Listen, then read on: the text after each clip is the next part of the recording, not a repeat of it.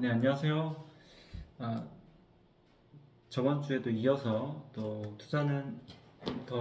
투자에 대한 생각, The most important thing is 하워드 막스가 쓴 거에 대해서 오늘은 이제 크게 그리고 가치와 가격에 대해서 한번 여러분들과 공유해 보고자 합니다.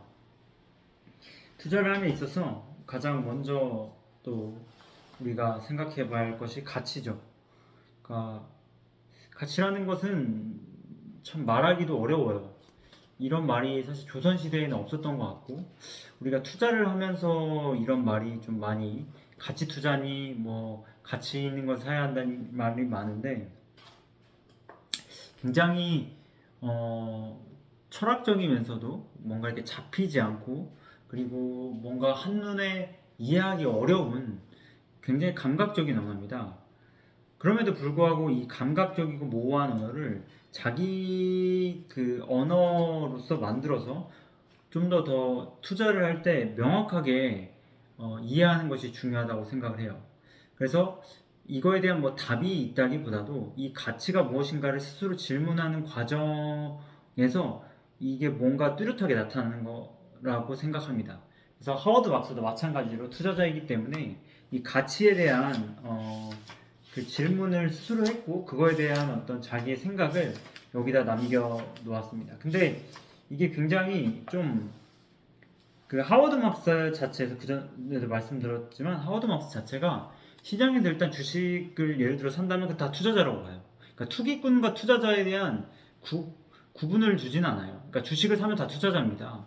그러니까 어떤 부분이 있냐면 이게 그 이분이 물론 투자자지만 그 시장에서 떠도는 말들에 대한 명확한 어떤 저항 정신이 느껴지진 않아요. 그러니까 이게 무슨 말이냐면 어, 투기와 투자를 구분하지 않다 보니까 그러니까 대중들이 쓰는 언어를 어떻게 하면은 좀 더 투자에 가깝게 쓸까 이런 걸 고민을 많이 하시는 거예요. 그러다 보니까 굉장히 좀 문장 자체가 제가 느끼기에는 난해할 수도 있고 내가 생각하지 못하는 어떤 다른 측면에서 투자를 계속 이야기한다고 하는 느낌이 들어요.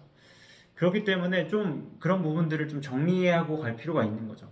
그렇다 보니까 여기 책에서도 이 가치 앞에 항상 우리가 이제 공부할 때도 나오지만 내재적이란 말을 써요. intrinsic value라는 그 단어를 쓰는데, 그러니까 내재적 가치가 뭐냐라는 측면을 한다는 거예요. 그러니까 이게 참 말이 이게 결국 이 투자 이 인베스트먼트라는 것 자체가 이제 서양에서 넘어왔기 때문에 언어 자체가 우리가 사실 이게 가치라는 거는 당연히 그게 내재적인 거거든요.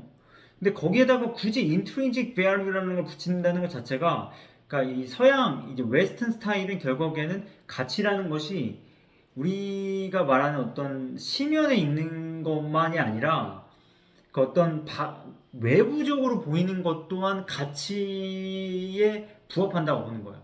그렇기 때문에 여기서도 첫 번째로 이 가치란 무엇인가가 등장할 때 technical analysis, 즉 그 가격에 대한 가치를 분석하는 거에 대해서는 크게 중심을 두지 않는다고 말해요. 그 뜻은 뭐냐면 그 서양인들이 볼 때 가격 또한 가치로서 느껴진다는 거예요. 그러니까 그 사람이 입는 옷의 그 어떤 외관이 그 사람의 가치를 나타내는 데 결정적인 역할을 할 수도 있다라는 측면에서 이야기를 한다는 거죠.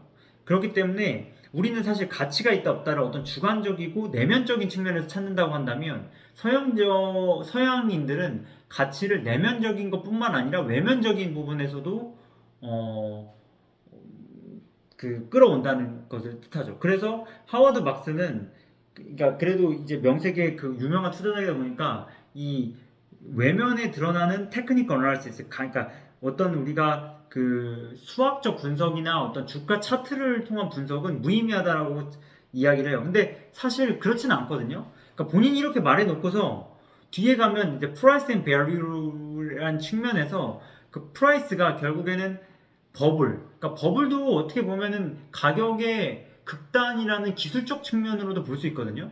근데 이 하워드 막스는 그런 것은 어차피 제가 그 전에 말씀드렸던 것처럼 겨울이 춥다라는 어떤 자연의 이치적인 측면에서의 분석은 기술적 분석이라고 생각하지 않는다는 거죠.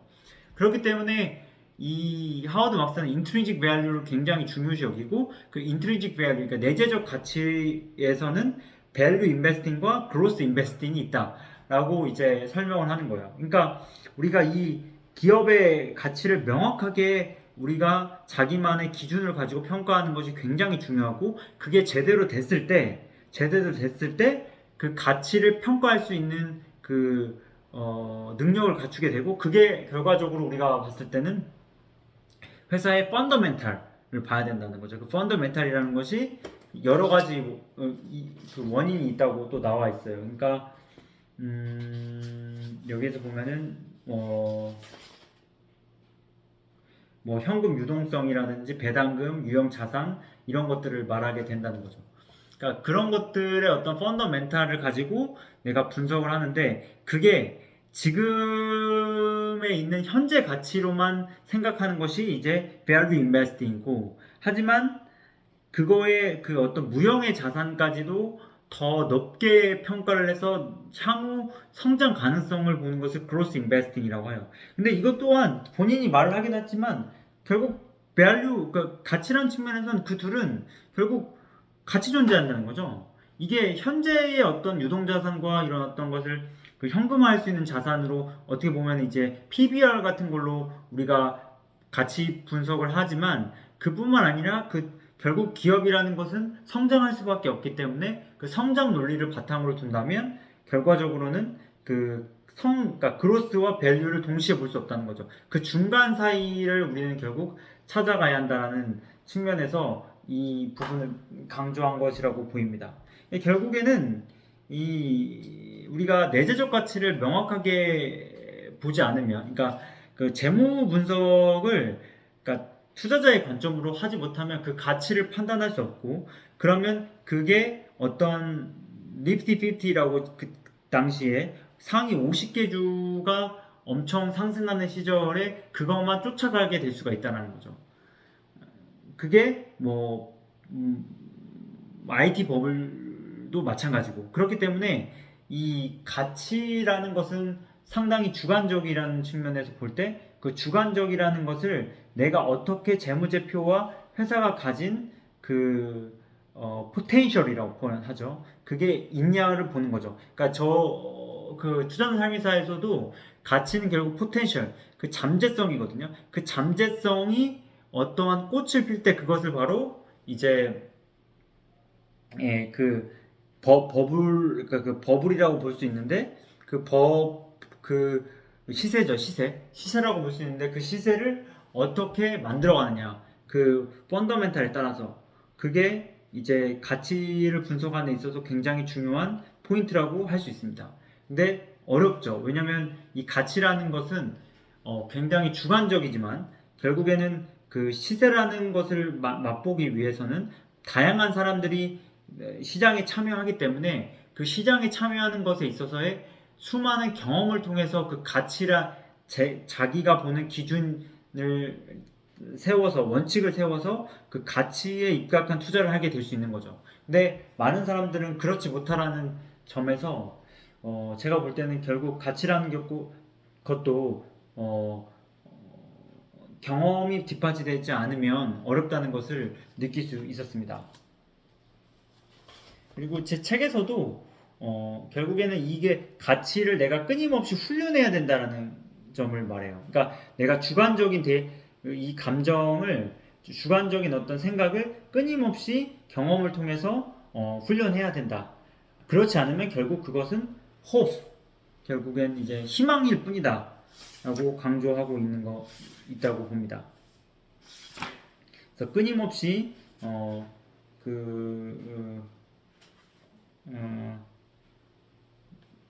가치 분석을 해야 되는데 결국엔 그 가치는 이 가격하고 연관이 돼 있죠. 내가 아무리 재무제표를 분석을 잘했어도 그게 시세가 낮다면 그리고 그 시세가 날 만큼의 재무제표의 어떤 성장성이 없다면 그 회사는 이제 더 이상 의미가 없다는 거죠. 여기서도 말하지만 아무리 좋은 철학과 비즈니스를 갖고 있어도 그 가격이 버블이 일어나면 의미가 없다. 그러니까 결국에는 이분도 알고 있는 거예요. 그러니까 여기서 보면은 price and value를 버블이라는 어떤 핵심 키워드로서 출발을 해요. 그렇기 때문에 우리가 어떤 가치를 내가 기준을 삼지만 여기서 보면 value라는 거는 그 어떤 시장 가격과는 좀 반대적인 측면에서 느껴지는 거예요. 근데 사실 가치라는 것은 가격이 어떻게 반영이 되느냐에 따라서 달라지거든요.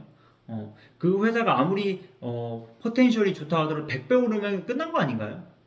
그거를 근데 오를 수 있다고 생각해요. 굉장히 좀 어렵다고 보는데, 근데 그거는 왜냐면 그 100배 올랐다는 것은 과거의 데이터를 보지 않았기 때문이에요. 그러니까 꾸준히 역사를 공부하고 내가 이해한다면 그 가치에 대한 어떤 그 가치가 가격에 반영이 되는 그 현상들에 대한 그 이해가 있어야 되는데 그게 굉장히 어렵다는 거죠. 근데 제 친구도 이 릴라이 릴리라고 100배 오르고 테슬라 같이 300배 오른 기업들을 막 사더라고요. 그래서 내가 야 이거 300배, 100배 올랐는데 괜찮냐고 하는데 그 친구는 여기에서 하워드 막스는 밸류에만 꽂혀 있어요. 테슬라가 세상을 바꿀 거고 비만약은 사람들의 엄청난 매직 드럭이 될 거다. 근데 그거는 그 가격에 대한 명확한 그 역사적인 이해가 없다면 굉장히 위험한 게 돼요. 결국 그게 뒤에 리스크가 나오는데 결국 하워드 막스가 생각하는 밸류라는 펀더멘털을 기준으로 가지고 어떻게 가격이 만들어지느냐에 대한 움직임의 현상들을 리스크라고 표현을 하는데 그걸 내가 어떻게 운영할 것이냐 그게 오퍼레이션 능력이거든요. 근데 이제 일반 사람들은 그거에 대한 게 없어요. 리스크는 단지 위험한 거고 그러니까 밸류는 뭐 재무 좋으면 좋다 나쁘다 이 정도 수준이고 그거에 대한 어떤 자기만의 감각은 없고 그리고 프라이스 즉 차트에 대한 어떤 2400개의 어떤 코스피 코스닥을 공부하지 않는 사람들은 가격에 대한 퀄리티를 몰라요. 그러니까 가격이 그 시장에서 평가가 되는데 그 평가되는 가격 안에서의 그 퀄리티를 내가 어떻게 볼 것이냐 그 재무제표가 어떤 상황에서 가격이 어떻게 만들어가는 것이냐 그게 혹은 재무제표를 이제 넘어가는 가격의 버블이 얼마나 갈 것이냐에 대한 어떤 자기만의 명확한 기준이 없으면 투자를 운영하는 데서 굉장히 어렵다. 그러니까 하워드 막스도 사실 이 책에서 주저리주저리 많이 썼지만 그런 부분들을 본인은 알고 있는 것 같아요. 하지만 이 책을 읽으면서 그 독자들이 스스로 만들어가기까지는 굉장히 어려운 것 같습니다. 왜냐하면 경험이 부족한 상태에서 이런 것을 스스로 만들어간다. 그리고 저는 이 하워드 막스가 썼던 어떤 영어적 표현들, 그리고 번역의 표현들, 그리고 저의 어떤 제가 지금까지 만들어졌던 그 저만의 투자 언어들이 있기 때문에 이게 이 저자와 대화가 충분히 가능하고 왜 이 사람이 이런 표현을 썼는지 그리고 그거에 대해서 공감하고 그 토픽 키워드 아까 말한 value는 결국에는 intrinsic이라는 말이 나올 수밖에 없고 그 intrinsic이라는 측면에서 볼 땐 프라이스를 쫓을 수 없는 그러니까 랜덤 워크 때문에 결국 프라이스 지금 그 앞에 가격, 그러니까 과거의 가격이 뒤의 가격에 영향을 주지 않을 가능성이 굉장히 크다. 그거는 단기적인 관점에서 그렇죠. 큰 관점에서는 영향을 줘요. 어쩔 수 없이. 왜냐하면 동전을 100번 던지면 사실 10번 던지면 앞면 뒷면이 5대5가 나올 확률이 적지만 100번 던지면 되거든요. 그러니까 차트도 왜 길게 봐야 되냐면 길게 보면 볼수록 과거의 역사적 그 가격의 흐름이 미래에 영향을 주기도 하거든요. 근데 사람들은 랜덤 워크 하이퍼테시스라는 것의 맹목적이면 이제 결국에는 그 토싱 코인처럼 그 전에 있었던 결과가 앞의 결과에 영향을 미치지 않는다. 왜? 독립적이기 때문에 생각하지만 대수의 법칙에서 그렇지 않습니다. 네, 그런 것들은 제가 이해하고 있기 때문에 이 책과 대화를 하면서 풀어가고 있어요. 그러면서도 인트린직 밸류라는 것이 결국에는 펀더멘탈과 프라이스랑 연결될 수 없고 그 안에서는 버블이라는 우리가 그 어떤 비이상적인 현상에 대해서도 경험할 수 있는 거죠. 그러니까 결국에는 이 하워드 막스 책을 읽을 때나 뭐 피터 린치나 뭐 필립 피셔나 벤저민 그레임이나 이런 많은 어떤 뭐 사람들의 그 투자서를 읽을 때도 자기만의 그 어떤 생각이 없으면 그리고 자기만의 언어가 없으면 이 투자에 대한 언어를 뭐랄까 다른 사람들과 잘 공유하기가 어려운 것 같아요. 그러니까 무엇보다도 투자를 함에 있어서 자기만의 그 명확한 투자의 원칙과 언어가 있어야 이 투자자들과 업계를 나란히 하면서 대화할 수 있다는 점을 책을 읽으면서 항상 늘 공감하는 바입니다. 뿐만 아니라 여기 번역에서도 조금 아쉬운 부분들이 있는데 다 말하기가 어려워요. 왜냐면 이 부분도 투자자가 아니기 때문에 표현들을 쓸 때마다 조금 미소를 띌 때가 있어요. 아, 이렇게 번역하시는구나. 그러나 그분이 이렇게 번역하시는 데는 이해도 가긴 해요. 왜냐면 투자자가 아니고 단순한 이제 한글 번역하시는 분이니까. 그러나 그분이 있어서 이 책을 좀 더 비교할 수 있게 됐고 서로 다른 두 권의 책을 읽는 듯한 느낌이 드는 것 같습니다. 아무튼 투자에 있어서 그 어떤 굉장히 그 추상적인 언어들을 현실적으로 만드는 것이 어렵지만 그게 결국 자본가라는 측면에서 볼 때 굉장히 중요한 그 과정이라고 저는 생각합니다. 그래서 이걸 들으시는 여러분들도 투자에 대한 어떤 추상성을 가지는 가치라든지 뭐 내재적이라든지 뭐 버블이라든지 뭐 이런 단어들을 조금 더 명확히 하시고 그것만의 기준을 찾으신다면 투자가 좀 더 세련되는 방법이 되지 않을까 싶습니다. 네, 또 이렇게 소중한 시간을 투자해 주셔서 이 영상을 보셔서 감사드리고 다음 주에도 뵙도록 하겠습니다. 감사합니다.